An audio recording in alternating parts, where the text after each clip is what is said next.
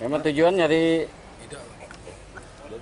Pernah jalani hukuman di balik jeruji besi, Idang buat lanang inisial MR bertobat, di mana buat kedua kalinya warga Jalan Kopral Paiman Seberang Ulu 2 ini harus balik lagi jalani proses hukum karena melakukan perampasan motor punya perawat bernama Yosep Barnas di Jalan Ratna 29 Ilir. Juru aksinya tersangka sudah mengambil motor korban yang posisi lagi hidup di mana waktu itu korban yang tidak jauh dari motornya oleh tersangka dituja sehingga korban mengalami luka. Beruntung saat kejadian ada petugas Polsek Ilibar 2 ada yang lagi patroli sehingga tersangka MR pun langsung diamankan. Inisial M telah melakukan perampasan sepeda motor dengan kekerasan dengan mengancam korban dengan menggunakan senjata tajam berupa pisau. Pada saat kejadian, korban sedang masuk dalam pagar rumah, kemudian pelaku ini langsung mengambil motor.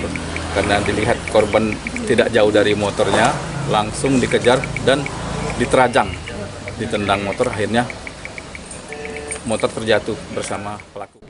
Aksi yang dilakukan tersangka MRDW menurut pengakuannya karena tidak sengaja pasalnya waktu itu dia selik motor yang lagi hidup sehingga langsung terlintas di pikiran MR buat ngambil motor korban.